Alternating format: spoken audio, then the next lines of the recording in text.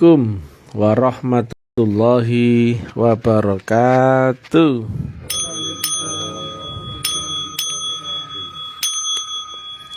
Alhamdulillah. Alhamdulillahi rabbil alamin. Wassalatu wassalamu ala asyrafil anbiya'i wal mursalin Sayyidina wa maulana Muhammadin wa ala alihi wa sahbihi ajma'in. Ketemu lagi dengan Mr. TM dengan uraian-uraian ilmiah tinggi tentang metodologi metafisika tasawuf eksakta. Bertempat di kampus Talim Ma'rifat Cirebon, Gegesik. Judul yang kita angkat kali ini adalah akhirat adalah alam metafisika di atas alam fisika. Alam fisika adalah alam kesadaran akal yang memakai dua prinsip, yaitu alat pembaca kesadarannya namanya akal, alat pembaca virtualnya namanya panca indera. Kita seringkali berinteraksi dengan praktek metafisika. Tapi jika metafisika itu tidak lewat upgrade gelombang, maka metafisika itu semuanya saja pasti metafisika di bawah alam fisika, atau alam bawah sadar, atau alam di bawah akal.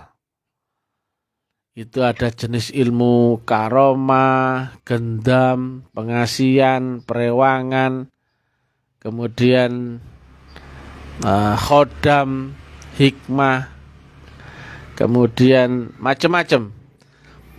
Intinya praktek metafisika yang dikontrol oleh akal fisika, maka metafisika itu pasti di bawah alam fisika atau di bawah akal, makanya bisa dikontrol oleh akal.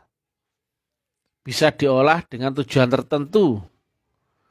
Untuk kita bisa kaya misalkan, untuk bisa kebal, untuk bisa pagar diri, untuk bisa keramat, untuk bisa kasaf, untuk bisa mendapatkan hati seorang pasangan, atau untuk penglaris dan sebagainya. Itu adalah praktek metafisika di bawah alam sadar atau praktek metafisika infrasadar yang kontrolnya adalah lewat akal. Jadi metafisika ini malah menjauhi Tuhan sebetulnya. Karena Allah dalam hal ini adalah kesadaran maha sadar. Maka kita kalau terjebak di praktek ilmu ini akan makin menjauhi Allah Ta'ala. Nah, metafisika yang naik tadi, yang akhirat, itu di atasnya alam fisika atau di atas alam dunia, kata Nabi. Tapi metafisika yang tadi, yang praktek ini itu ilmu, berarti metafisika yang di bawahnya alam dunia, makin jauh. Makanya di situ ada praktek dengan jin, dengan macam-macam, dikontrol oleh akal, kemudian mengedepankan hawa nafsu. Wah, sudah makin jauh. Nah, kami nggak membahas metafisika yang turun kelas itu karena sudah jelas nggak manfaat, bahkan malah membuat manusia sesat. Makin sulit mereka pulangkan ruhnya ke Allah Ta'ala, makin sulit. Itu sudah praktek ilmu bodoh-bodoh itu ya. Jadi kalau ada guru-guru ngaji, kiai, ustadz, ulama yang ada pengisian-pengisian khodam-khodam, perewangan-perewangan itu, kemudian ilmu-ilmu yang instan-instan itu pasti sudah metafisika infra. Nah, kalau untuk menuju Allah Ta'ala yang maha sadar, berarti dari alam sadar naik ke alam di atas sadar. Yang ini manusia mesti upgrade gelombang dulu. Tadi kan otak, akal sama panca indera ya. Akal ini untuk pembaca gelombang, dan akal dan panca indera alat untuk pembaca virtual. Nah, untuk naik di atasnya alam fisika atau alam metafisika di atas fisika, manusia ini mesti dibaiat. Yaitu yang kata Nabi, mutu qabla anta mutu atau udkhulu fisilmi kafah. Semua Nabi dan Rasul juga dibaiat baru bisa menembus alam di atas alam fisika atau metafisika ultra atau bahasa dahulu disebut akhirat. Nah, bagi sebagian orang akhirat itu nanti dan nanti. Maka yang dibahas cuma teori dan teori lagi. Itu aja. Padahal Nabi Muhammad menyampaikan tentang surga neraka, kubur barzah dan sebagainya yang notabene itu ada di alam akhirat saat beliau masih hidup. Berarti beliau masih ada stasioner dunia, tapi gelombangnya bisa menembus alam-alam kesadaran di atas alam kesadaran fisika atau akal, atau alam metafisika di atas fisika, di atas akal. Inilah yang tidak lagi dicari banyak orang ya, karena orang nggak tahu, dikiranya akhirat itu nanti dan sebagainya. Dan Nabi menyampaikan itu, menyampaikan akhirat, berarti kan beliau sudah membuktikan, tapi beliau masih hidup. Kalau ada orang mati kemudian menceritakan sesuatu cerita, yang ini cerita-cerita akhirat, ini kan menakutkan bocah kecil ya. Orang mati kemudian cerita. Nah, ternyata enggak ya. Nabi Muhammad masih hidup tapi bisa menceritakan akhirat. Berarti Nabi Muhammad membuktikan akhirat saat beliau masih hidup. Cuman gelombangnya yang naik kelas lewat jembatan Shiratal Mustaqim. Ini yang enggak diterangkan oleh ulama Kiai Ustadz Gus dunia ya. Karena mereka mengira akhirat itu nanti. Padahal akhirat itu sederhana ya. Akhirat itu alam di atasnya alam fisika, di atas alamnya akal, di atas alam kesadaranmu normal. Tapi manusia umum tidak bisa naik kelas. Bisanya turun kelas ya. Contohnya begini. Ketika seorang ada di strata SMA, SMP-nya otomatis ikut. Ketika orang itu ada di alam sadar, alam bawah sadarnya otomatis ngikut. Makanya ada mimpi tiap hari dan sebagainya. Tapi untuk naik alam di atas sadar, untuk masuk S1, maka dia tadi mesti upgrade dulu atau daftar kuliah dulu. Nah itu dia. Jadi kalau orang umum ya normal, di alam fisika, di alam sadar, itu untuk bisa menembus alam akhirat mesti dibaiat terlebih dahulu. Jadi ini sangat berbeda ya. Sama-sama metafisiknya. Jadi ada yang metafisik naik kelas, ada metafisik turun kelas. Metafisik turun kelas itu diaplikasikan ke ilmu-ilmu yang tadi yang banyak dipakai orang-orang itu. Itu malah makan menjauhi Tuhan ya. Tapi kalau untuk mendekati Tuhan yang notabene di alam maha sadar, maka manusia dari alam sadar mesti naik ke metafisika di atas sadar atau ultra sadar. Yang kata Nabi ada 7 lapis langit ya. Nah ini, jadi ketika kita naik kelas ya, atau bahasa kunonya dulu mi'raj ya, kita akan ketemu dengan alam kenyataan lagi. Nah tapi ini adalah suatu yang tidak pernah bisa dibuktikan oleh orang praktisi ilmu teori dunia. Nah ini, jadi kalau ilmu teori cuma teori saja, prakteknya nol. Mereka bisa menciptakan kubur, barzah dan sebagainya, tapi nggak bisa praktek ya. Makanya dia mengira akhirat itu nanti. Nabi aja sudah melihatnya sudah 1.500 tahun yang lalu. Masa akhirat sekarang masih nanti? Logika begitu. Itu jadi stasioner kita itu masih di sini ya. Tapi gelombangnya masih bisa nembus. Itu teknik tinggi, tarekatullah yang bisa mengajarkan ilmu ini. Nah, kalau Nabi saja make, Nabi Muhammad, Nabi Isa, Nabi Musa, seluruh Nabi dan Rasul itu pakai, itulah metodologi. Nah, sayang sekali ya, ulama Kiai Ustadz Gus dunia tidak bisa menerangkan ini, bahkan dikiranya Mi'raj itu adalah mukjizat Nabi, dan dikiranya baiat itu tidak ada di zaman Nabi. Padahal jelas-jelas ada ya. Pada malam itu dia Muhammad dibelah dadanya, cuci kolbunya dan seterusnya. Nah, inilah metodologi yang hilang ya. Baiat, teknik dzikir, kemudian suluk dan berabdi berbakti mengemban visi-visi ketuhanan. Tidak ada rasul yang tidak lewat ini, tapi inilah yang hilang di zaman ini. Jadi orang sekarang hanya teori saja, sholat ya sholat teori, kemudian syahadat teori, semua teori, kitab teori, prakteknya nol. Nah, dari alam sadar, ini berpeluang turun ke alam di bawah sadar.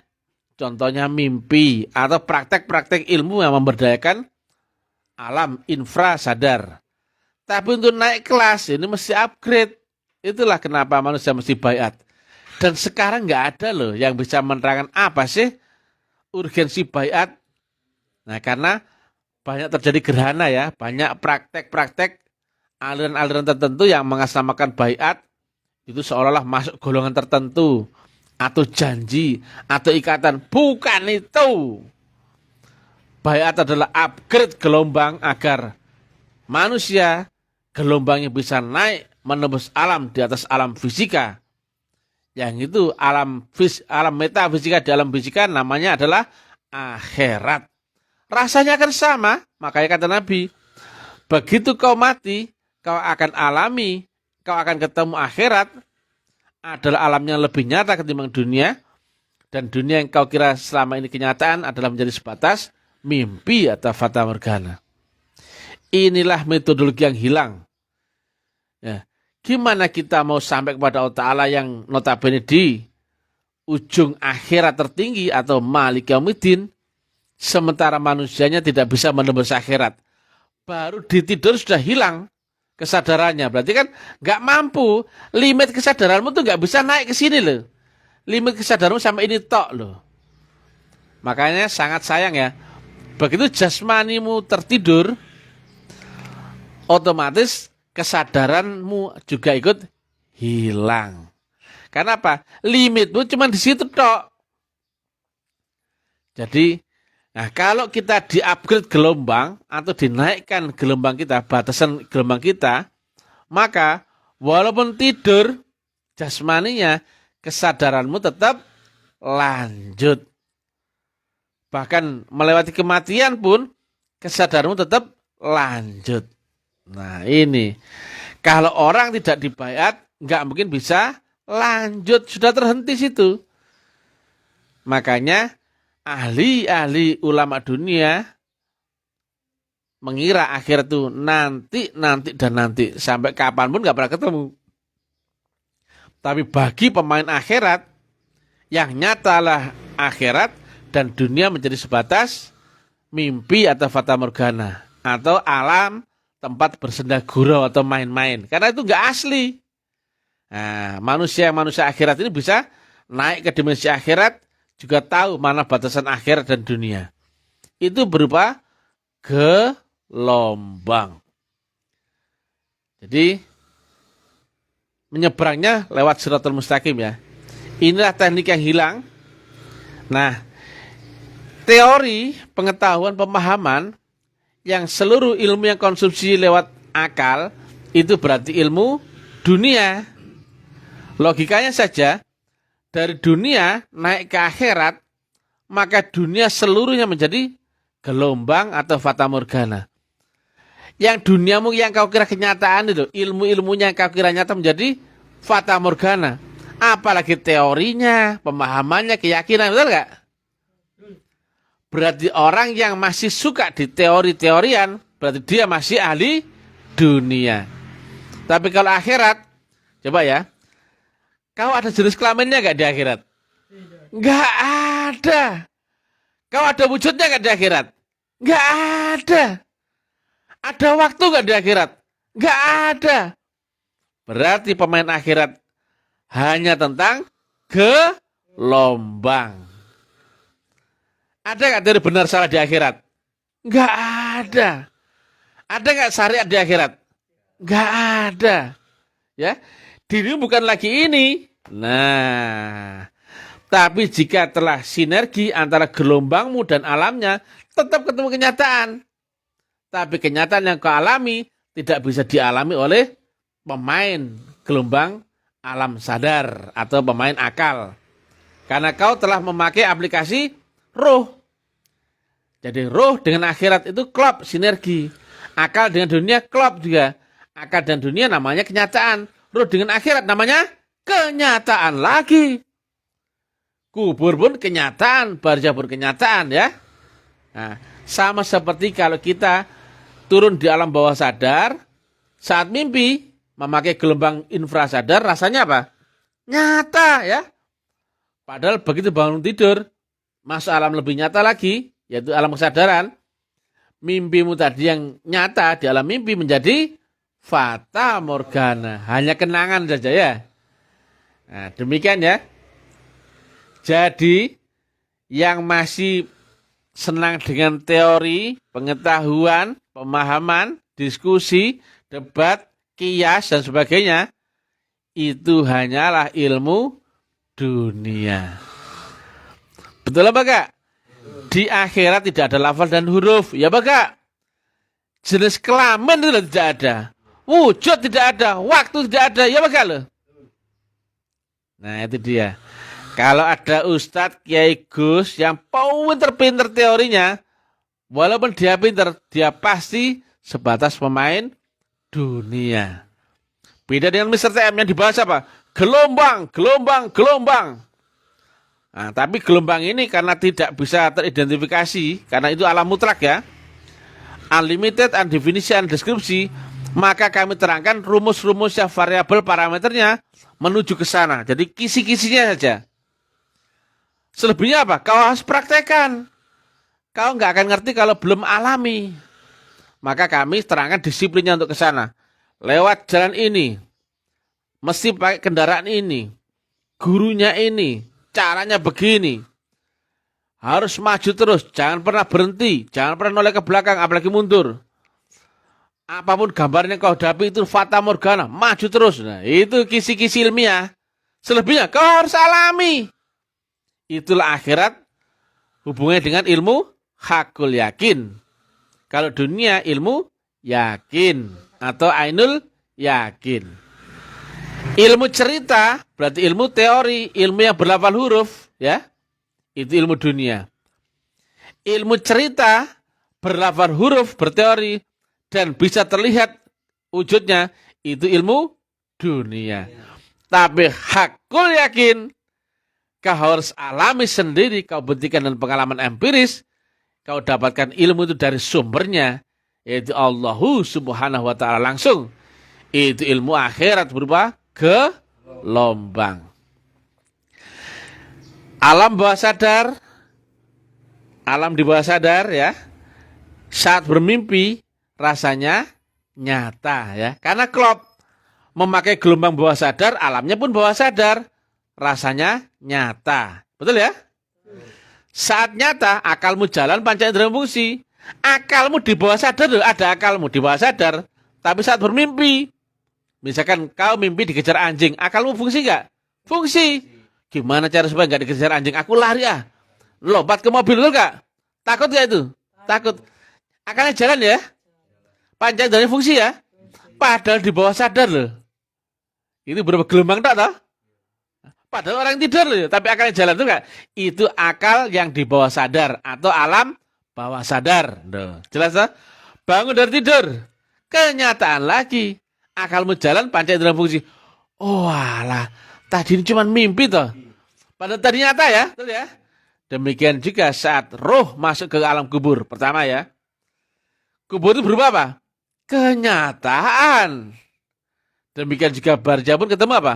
Kenyataan, asalkan antara gelombang kesadarannya dan alamnya itu sinergi, maka rasanya kenyataan. Patokan kenyataan adalah akalmu jalan, panca inderamu fungsi. Tapi alam metafisika ultra sadar itu bukan alam fisika. Walaupun kau berakal, tapi alammu sudah alam di atas alam dunia atau akhirat itu sendiri. Tapi rasanya seperti dunia. Clear? Saya ulangi lagi ya. Ini kalau orang nggak pelaku nggak bisa nerangkan ya. Saat kau mimpi di alam bawah sadar, ini alam sadar ya. Kau mimpi kan alam bawah sadar. Memakai gelombang bawah sadar, maka rasanya kenyataan. Akalmu jalan, panca indera fungsi. Dikejar anjing pun lari, lompat naik ke pohon atau ke atas mobil. Ketakutan ya. Tapi itu cuman akal alam bawah sadarmu, bukan akal alam sadar. Seperti akal tapi bukan akal itu gelombang bawah sadar. Begitu bangun kau ke sini, ketemulah kenyataan. Padahal tadi nyata loh ya. Naik lagi ketemu kenyataan. Ini kesadaran akal, panca indera fungsi. Maka rasanya nyata. Demikian juga saat mati, ketemu alam roh, alam di atas alam akal, di atas alam dunia. Kalau klop sinergi, maka rasanya pun nyata lagi. Terus naik, nyata lagi. Bayangkan kalau manusia tidak diatur gelombang, tidak ketemu dengan metodologi agama, nggak akan bisa mi'raj, nggak akan bisa naik gelombang.